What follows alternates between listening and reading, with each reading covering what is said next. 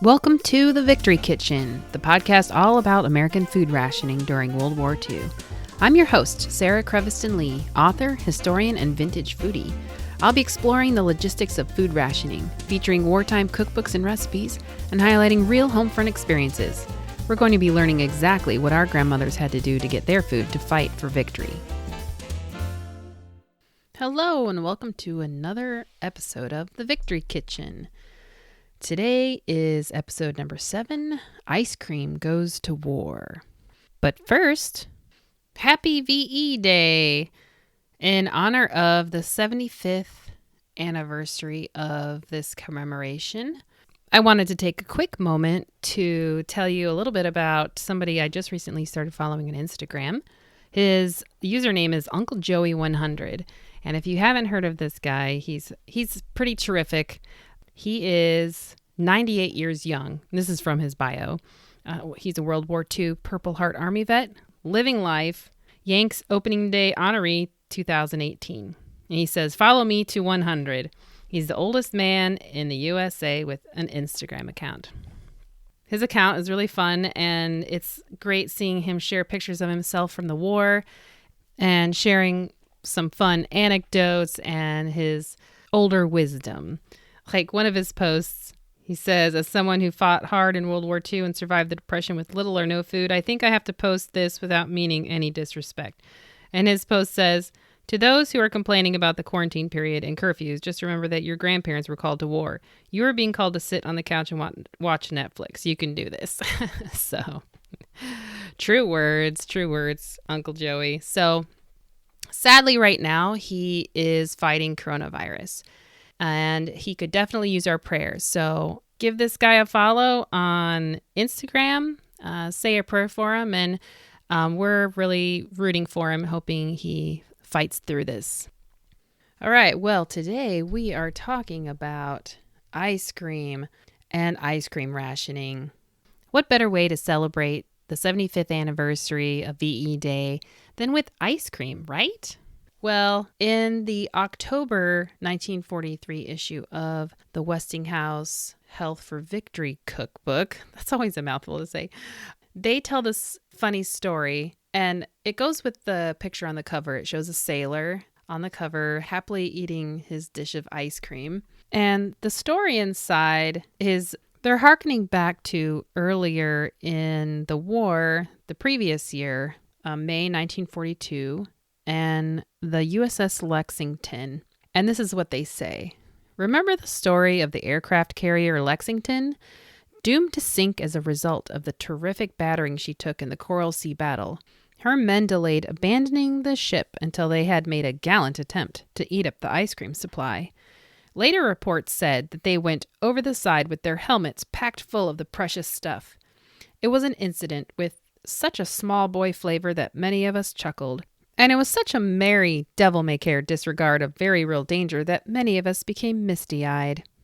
Okay, so I really love this story, and I really wondered how true it was. So I went and looked it up in the newspaper headlines, and I did find this story about the ice cream in the USS Lexington, although this report in the cookbook is a little skewed, I think. But even in the newspaper articles, it's hard to really pin down exactly what happened because I guess they received reports from so many different guys. I don't know.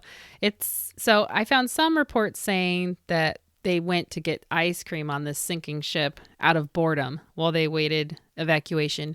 It seemed to be like a slow sinking, so they had to wait for their orders before they could evacuate. Other reports portrayed this ice cream feast as a last hurrah and to not let the ice cream to go to waste because, it's just sitting there and it's better to eat it than let it sink to the bottom of the ocean. So anyway, it's such a great story, and I think really demonstrates the love for ice cream that Americans had. So let's back up to before the war, take a look at ice cream. Ice cream was a very common, popular dessert. It was said that it was so common, it took a lot of convincing and fancying up to convince hostesses to serve it to their guests. Before the war, you could get your ice cream fix at the local drugstore or soda shop or ice cream shop, or you could buy pints and quarts of it at the ice cream shops too. The ice cream came in two different ways. Besides getting scoops of it or in some kind of a drink concoction, if you wanted to get it in the quarts or pints, it came factory packed or hand packed.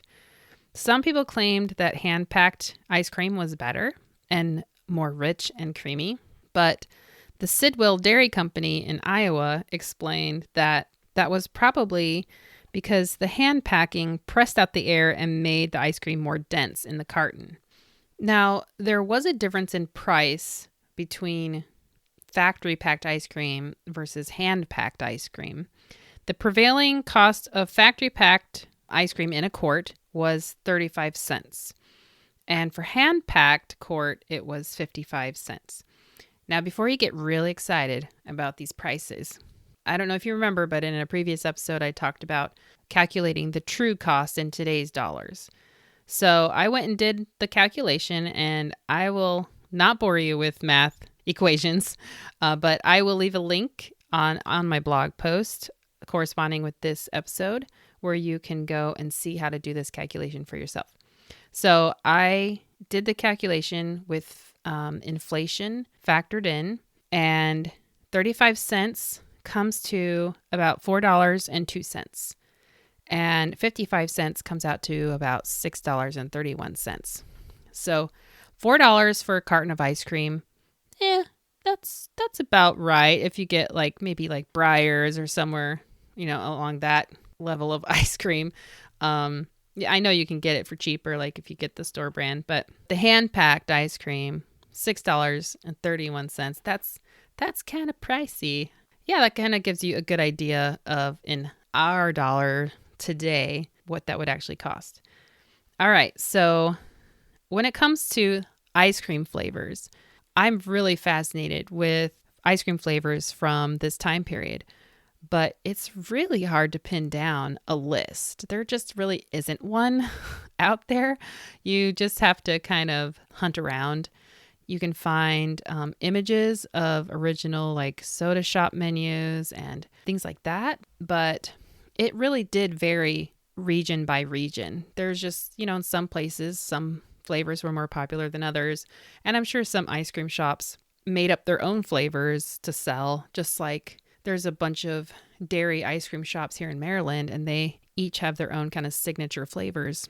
But I was able to find, at least in Iowa, because the Sidwell Dairy Company ran this series that was almost a year long about the dairy situation during the war. And they did talk quite a bit about ice cream because that's one of their products.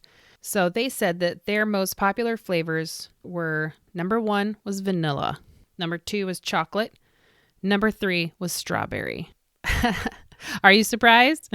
Vanilla is not, if you think about it, it's not really a big surprise because it was really versatile in its uses in soda shops for things like sundaes, sodas, malted milks, etc.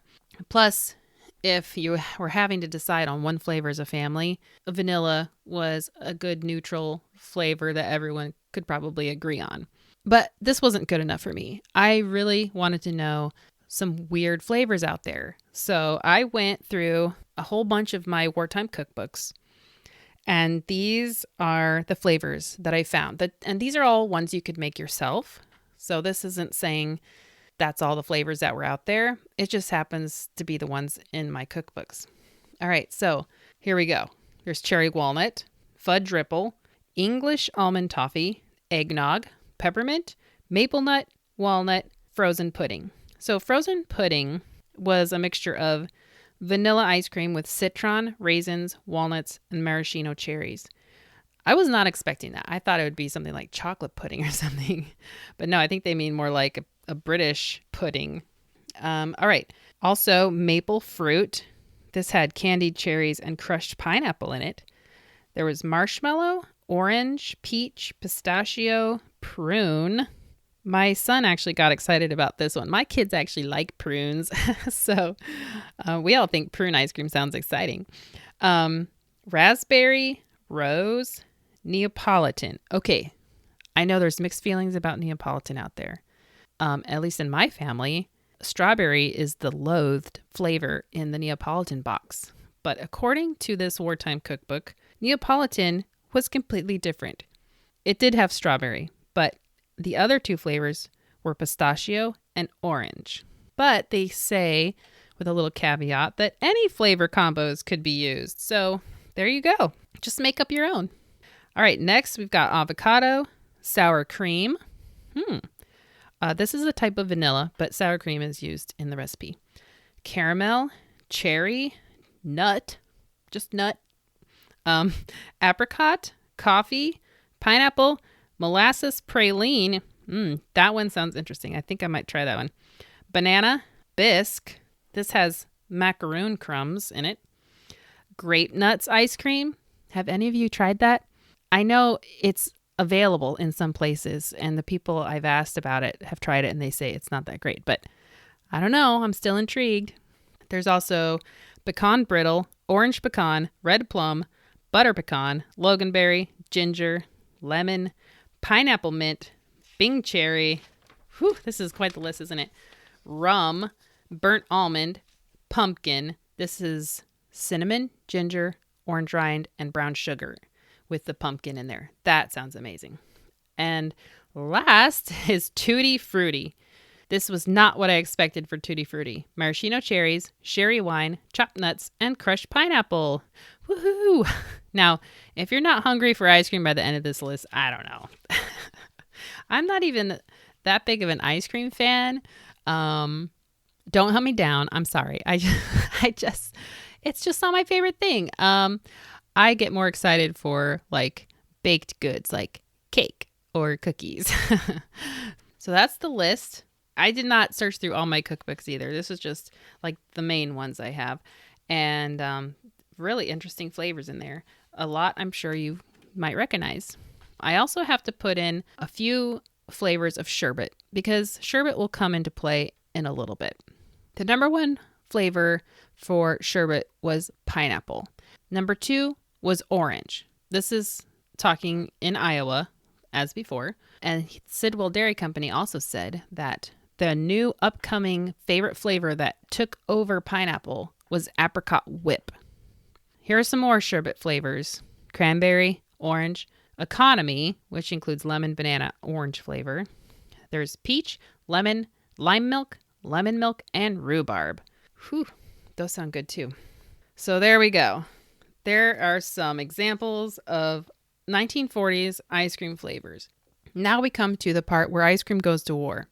The interesting thing about ice cream is that it shares a lot of the same problems with the dairy situation. If you haven't listened to the previous episode 6, about dairy rationing, I really recommend you go listen to that too, because ice cream goes hand in hand with the dairy rationing situation. But the fun thing about ice cream in wartime is the way that ice cream manufacturers and ice cream shops kind of gave ice cream kind of a lofty nutrition value. And so they touted ice cream as pure food, essential dairy food, vital energy food, real food, high energy vitamins and minerals in their most agreeable form. Ice cream is the same healthful food which is playing such an important part in sustaining our American forces. And last but not least, America's favorite dairy food. I'm sure we can't argue with that last one. But it's just so interesting that they were kind of lumping ice cream in with the importance of dairy in the diet. Because in the wartime food wheel of nutrition, dairy had its own little wedge, and ice cream is definitely not in the pictures that I've seen, but the ice cream producers would argue that it belongs there. So yeah, if Junior doesn't want to drink his milk, just give him ice cream, right? Unfortunately, ice cream was an early casualty of the war. There was a shortage of ice cream. In November 30th, 1942, limited ice cream production was put into place by Food Order number 8 by the War Food Administration. Starting then, no cream more than 19% was permitted to be sold, which eliminated whipping cream entirely and cut the butterfat content of coffee cream. As a result, recipes for whipping evaporated milk and light cream crop up in wartime cookbooks. Then in December of 1942, ice cream production was limited. So only 65% of the dairy products used in ice cream the previous year was now available for cream. So let's say that in December of 1941, your ice cream shop used 100 gallons of cream. This is a totally made up amount and way too low, I'm sure. But this just for the sake of ease of calculations here. So 100 gallons of cream. Well, in December of 1942, that means you could only use 65 gallons of cream to make your ice cream for that month. And then in January, it corresponded with the previous January's sales of your ice cream and how much cream you used in that month. Each month was different because sales were different throughout the year for each month. Obviously, in hotter months, more ice cream is sold than in colder months. So the thermometer really regulated how much ice cream was being sold. But because of these two limitation orders, it's estimated to have saved the equivalent of 200 million pounds of butter. So this is just a good example of the relationship of all the dairy products. There's only so much dairy out there, and they just really had to decide how to use what was available based on the needs and demand of the military and of the public. So a little more detail about Food Order number 8 by the War Food Administration. It stated that an ice cream manufacturer may use just 65% of the milk and cream, which was used in the same month of the year previous. The purpose of the order, of course, is the conservation of milk and cream, since the dairy farms of the nation no longer are able to produce all of the dairy products in demand. So ice cream, like milk, was not rationed with ration stamps. Rationing was done on a local basis, and it was up to the ice cream sellers to distribute it in the way that they felt best. A huge amount of the dairy around that was available was required by the military and to supply our allies under the Lend-Lease arrangements. So that's where a lot of the dairy went. So some problems that they encountered was that as a result of milk fat rationing, less flavors were produced than before. You could no longer buy large packed quantities of ice cream for picnics or holidays, and ice cream was sometimes hard to purchase in person. They would just run out. In January of 1944, ice cream production was very restricted. The previous year's sales were low because of lack of demand, but in 1944, January was much warmer and demand went up, at least in Iowa. The sales of ice cream, like I said before, they're always tied to the thermometer. So that's a really tricky situation for them to be in, but there wasn't a lot they could do about it, so people had to go without ice cream. Another situation that was troublesome was that if they sold out on a Sunday, they couldn't necessarily go to their cold storage and bring more ice cream. The Office of Transportation Regulations governed truck operations and stipulated that they couldn't make wholesale deliveries on Sunday. So they had to stock up for Saturday and Sunday sales on Saturday. If they sold out early, the ice cream shop had to close their doors early. Before we feel too sorry for them, one article pointed out that ice cream production in Britain had completely ceased altogether because it wasn't considered an essential food. So American soldiers couldn't get ice cream in Britain, and they wrote home about how much they missed it. So Americans were very lucky to still be able to get ice cream, even if it was on a restricted basis. Now, there were some solutions that they came up with. I'm talking about Iowa a lot because the Sidwell Dairy Company, they wrote a lot about the dairy situation with that series of articles that they printed. And I haven't found yet any other company that was quite so liberal in their explanations. So it definitely varied according to the area of the country, but Iowa's kind of right there in the middle. So it's just really cool to have this resource that just is so full of information. They mentioned that in Iowa, there was a wartime ice cream bill, which reduced the permissible butterfat content of ice cream from 12% to 8%. And by doing so, they hope to save approximately 1.2 million pounds of butterfat and thus avoid ice cream rationing in Iowa. The article mentions that many southern states were adopting similar measures for 8% butterfat. The Sidwell Dairy Company explained in November of 43 that this lowering of the milk fat standards has enabled us to change the original Sidwell quality formula to a temporary war formula and thereby more nearly able to supply the demands for our ice cream. This was a very important measure because the butterfat content of ice cream was regulated by law, and you couldn't put less in there without it being illegal. So by passing this wartime measure, dairy companies and ice cream companies were able to make their cream stretch farther. Another solution was half and half. This is where sherbet comes into play.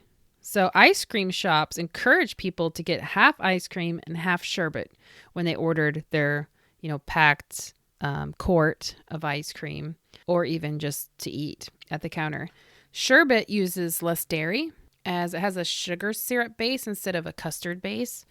One special notice in the newspaper by the Wilsons Candy Kitchen in Paducah, Kentucky, stated that they still sold ice cream in packages of pints or quarts for carryout, but because of ice cream rationing, they asked nicely that customers order half and half ice cream, half fresh sherbet. Customers' cooperation will help them to continue selling packaged ice cream. So they were really appealing to the customers to help them do their patriotic duty and to make the ice cream supply go further by ordering this product that used less dairy products. And usually sherbet is made as a fruit flavor, so it was a really refreshing treat to have. And you could use local fruits that were in season. There was another drugstore advertisement I found that talked about that it had canceled ice cream deliveries. They still served it in the drugstore. They explained that soldiers, war workers, and other war personnel must have cream. We are proud to bear this rationing for them. So really showing that they are doing their bit for the war. Some other solutions that came from the War Food Administration was in May and June of 1944 only, the restrictions were temporarily relaxed due to those months being what was termed as flush months. Milk production was at a seasonal all-time high. So in order to use the excess milk, the War Food Administration allowed dairies to use 75% of the milk products used the previous year. I can imagine that a lot of customers and dairy companies were relieved to have that, but it was short-lived because it was temporary. But in addition to this measure, to further siphon off the surplus in May and June, the War Food Administration allowed ice cream plants in ordinarily dairy deficient areas to freeze and store ice cream in excess of their May and June quotas. And then they would deduct it from future monthly quotas when it was sold. So this permitted more extensive freezing of ice cream in the peak months of milk production when the raw products were in abundance. I'm sure this was a huge boon for these areas where the demand for milk was much higher than the availability of milk. All right, so the final solution was just make your own dang ice cream. Ice cream availability varied by location, city versus country, based on the local milk situation. So a lot of ice cream recipes that I found from wartime, they use light cream. Some of them use evaporated milk. Some use just regular milk or top milk. There were many ways to make a good ice cream. No, it wasn't as creamy and amazing, delicious as your regular ice cream, but hey, it's better than no ice cream, right? And then if you lived on a farm, well, you probably had no problem getting cream for your ice cream if you had dairy cows. So making your own ice cream could be done in one of two ways. One is if you had like a hand crank, like what we think of as old fashioned with rock salt kind of ice cream churn. Another way was to do it in the little freezer section of your refrigerator. The only thing with this method was that those little freezer sections in the fridge were not very big. You couldn't store a lot of like frozen foods in there. Maybe you could keep an ice cube tray or two in there, and you could maybe fit a small container for making ice cream in there. So a lot of the recipes I've come across do not say anything about using an ice cream churn, but they have you put it in a container and then you stick it in the freezer. And that leads us right into our featured ration cookbook.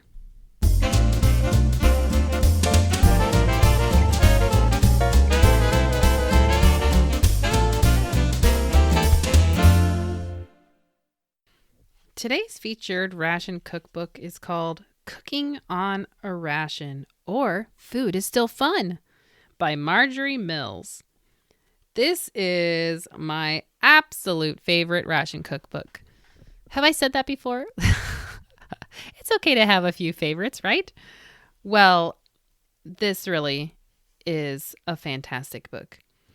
Marjorie Mills is an amazing writer, and she writes this cookbook with such relish about food, and that food, even in wartime, can still be fun. That really is her mantra throughout the whole book.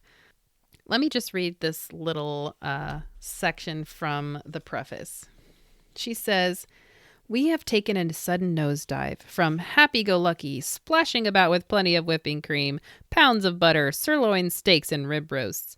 The food picture changes so rapidly we are almost breathless, determined to do what is asked of us, conserve our precious food supply, make it stretch to help feed the hungry, but wistfully, we want paterfamilias and the family satisfied and proud of what our ingenuity concocts. As Harpo Marx says, it isn't that hard times are coming, but soft times are going. Does that mean food has to be less fun? On the contrary, we may be turning the page to a new and exciting chapter in American cuisine for the very reason that we'll work over the foods we do serve with devoted care and concentration." And then at the very end of the preface, she says, "All in all, this book is planned for women who have been whirled into a dizzy series of readjustments. They are showing, nevertheless, dauntless spirit, courage, and the resolve to turn out delectable food with whatever materials may be available. They are resolved that good food, good cheer, and good neighborliness shall not vanish." I don't think she realized how true her words were, that they were turning a page to a new and exciting chapter in American cuisine. 75 years later, we are poring over these books, especially during this pandemic time, turning back to the recipes of our grandmothers because they had to figure out how to make do and do without. And still put good food on the table. Now, the contents of this cookbook are pretty standard. She's got sections for soups, fish, meats, vegetables, sauces, entrees, eggs, cheese salad, salad dressings, breads, waffles and griddle cakes, sandwiches, desserts, dessert sauces, fruit combinations, cakes and cookies, beverages, home canning, and then a little section on working with ration points. The fabulous thing about this book, though, are her introductions to every single chapter. They are just delightful. Just make your mouth water and laugh at the same time. Her sense of humor is fantastic. I think my favorite section is the chapter on meats. She says, "Just as we meet new friends and find out we like them after the first formalities are over, we're hoping you'll like some of the new friends and meats introduced in this chapter." Do you see what's coming? Can you guess? Don't stand on ceremony. You really can cook delectable stews and casseroles from all points of the compass on an animal. That's right. Variety meats. Heads, tails, shins, knuckles, and other oddments you hadn't even a bowing acquaintance with a few months ago are making the culinary blue book because of their low ration point value. Don't mind if the first frozen oxtail you see looks like a medieval sword from the art museum. You may be interested to learn that they serve those same oxtails braised in savory brown sauce with considerable pride at the famous St. Regis in New York. Oh my gosh, I just love this. I just love how she writes about organ meats. They're so exciting. Anyway, if you ever get a chance to read this book, I highly recommend it. I know that there is a digital copy online available for checkout, like you would check out at a library. I will leave a link to that on my blog so that you can read this book. I think this is one of the wartime cookbooks that's a must read. You just really have to. All right, so now we get to the desserts because she has got 2 ice cream recipes that I tried. The first one was wartime ice cream, and that's what it's called. It uses a cup of milk, a 1/3 cup of sugar, cornstarch, light corn syrup, salt, an egg, half a pint of light cream, 3/4 cup maraschino cherries, 1/4 teaspoon almond extract, and 1/2 teaspoon vanilla. And then this recipe, you make a custard. So you scald the milk in a double boiler. You mix in the sugar, cornstarch, the corn syrup, and the salt. And then you add the egg, cook it till it's thick, and then you cool it. And then you add the cream, the cherries, flavorings, and then you freeze it. And she says to stir occasionally to keep the cherries from settling. And it serves 6.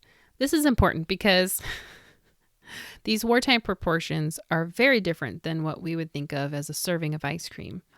This made very little ice cream, maybe because I'm so used to seeing like the quart carton of ice cream from the store. It didn't make very much, which was sad because it was really so delicious. I don't think I've ever had this combination with maraschino cherries, almond extract, and vanilla, but it was lovely. We made this in our ice cream maker, so it's just kind of the kind that you put the canister in the freezer, and then the little motor on top like spins the blades and turns the ice cream until it gets more like a soft serve ice cream. But I just felt like maybe I wasn't patient enough. My son says I didn't wait long enough for it to get harder. But I gave up, and after churning it until it was like a very soft serve, I ended up putting it in a container and putting it in the freezer. And after it got much more solid, we gave it a try, and it was amazing and delicious. And that's coming from someone who, ice cream's okay, but it's not my fave. And I had to be very careful to save a tiny portion for my friend Laura, who is the ice cream queen. I've yet to hear the verdict on whether she liked it or not because she has a very discerning palate. But I wanted to make sure she got some of this wartime ice cream. So very delicious. I highly recommend it as a lighter fat option for homemade ice cream. So the next recipe I made was fruit sherbet. Now, I'll be honest, I am not a fan of sherbet at all. Mainly because I feel like the only kind I've ever really had is like that rainbow sherbet that comes in the gallon bucket and blah, I don't know. It's just not my cup of tea, I guess. Sherbet is like second class to ice cream, I think, in the ice cream world. I'm sure there's people out there who like it, but it's just never the thing I go to when I want something cold and sweet. But I have to tell you, this recipe changed my mind. This is the first time I've made it from scratch. And this fruit sherbet recipe, that's what it's called, fruit sherbet, uses 1/2 cup corn syrup, 1/2 cup sugar, 1 cup water, 1/2 cup of lemon juice, and 1 cup of light cream. So what you do is you use the corn syrup and the sugar and the water to make a sugar syrup that you heat up on the stove. Then you cool it. You add ice cold lemon juice, but you reserve 1 tablespoon of the lemon juice. You add that tablespoon gradually to the very cold light cream, and you whip it constantly. This kind of thickens it, and then you combine that cream with the sugar and lemon juice mixture and freeze, stirring twice while freezing. Now, to get the flavor that you want, you just add fresh fruit to the sugar syrup while it's heating on the stove. So I just used what I had on hand. I had, luckily, some fresh pineapple that was an amazing pineapple, and I was so glad there was some left over. So I chopped that up in little pieces and put that in the syrup. I doubled this recipe. I made 2 different versions because I had 2 different fruits I needed to use up. The second batch I made orange flavored because I had these oranges on the counter nobody was eating and I didn't want them to go bad. So I juiced the oranges and just added the juice to the sugar syrup on the stove, including all the pulp and stuff. Because before you mix everything together, you have to strain the syrup to keep out all the fruit solids. The sherbet is not meant to be chunky with fruit at all. It's just a flavored ice cream. It suggests that you can use peaches, raspberries, or strawberries. It says that frosted peaches, raspberries, or strawberries can be heated in the sugar syrup, then strained to make fruit-flavored sherbet. Serves 6. I did stir it twice during the freezing, but I feel like it wasn't enough. Ice crystals formed while it was freezing, so it was a little bit grittier in texture. Sherbet's supposed to be smooth and creamy, but that's okay. It didn't really affect the taste, just the texture a little bit. Man, I have to say, this stuff was dang amazing. I was worried about the half cup of lemon juice. That was kind of intimidating, but it just was so refreshing. There was the perfect balance of cream to tart flavor. And I thought the pineapple was my favorite. It was just so good. My kids liked the orange flavor. And I think this is important to note. It did not taste like orange creamsicle. I hate orange creamsicle. And I was worried that it would taste like that. But it didn't. And I think it's because there was no vanilla in it. I think if there was vanilla, it might have tasted like that. But it was just a very nice orange, tart, creamy. Oh, it was good too. So I would say that both of these recipes were a huge success. I think they definitely could use some work on my part. Just I'm not too familiar with making ice cream at home from scratch. Even though we have an ice cream maker, we just don't make it very often.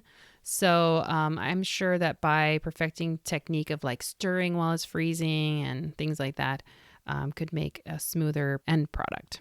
So I recommend these. I will be putting these recipes on my blog, and I do hope you give them a try.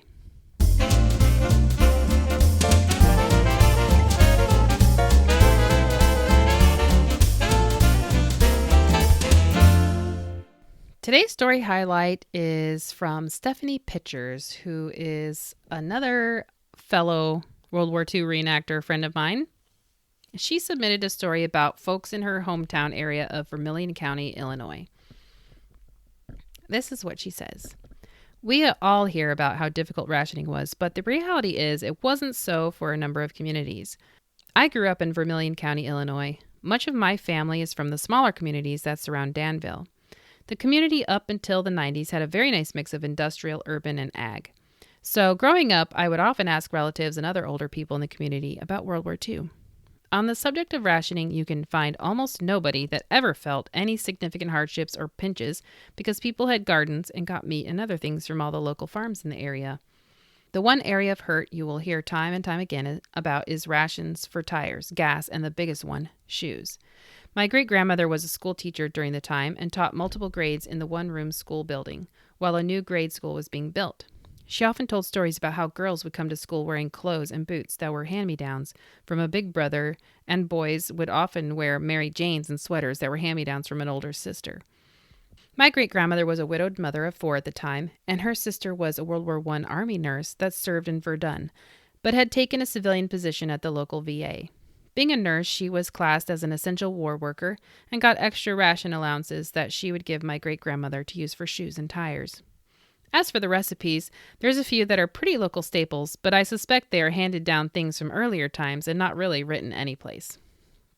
For example, breakfast or even a dessert could be a bowl of white rice with warm milk and sugar over it. So delicious. And they also do the same with cream of wheat. Another thing you see is a slice of white bread with butter and then shavings of a chocolate bar over the top of it. Three-bean salad made of kidney beans, green beans, and yellow wax beans are popular in both vinegar base or mayonnaise base. Pot roast with carrots, onions, and potatoes are a staple family meal. Raw onion or raw green onions are also often offered up, and the elders always say it was for health and reference the influenza outbreak of the teens. But you see people eat them like apple slices or with butter or salt. It was never anything I could get used to. Other dishes that are from the area and popular among those that lived through the war are fried cornmeal mush with maple syrup, ham and beans. They even have Big Social for those. And fried donuts. Fried donuts are actually either store-bought or frozen plain glazed donuts that get sliced in half like a bagel and then fried in butter till crispy. Wow, that sounds really good. Thank you so much, Stephanie, for submitting this story.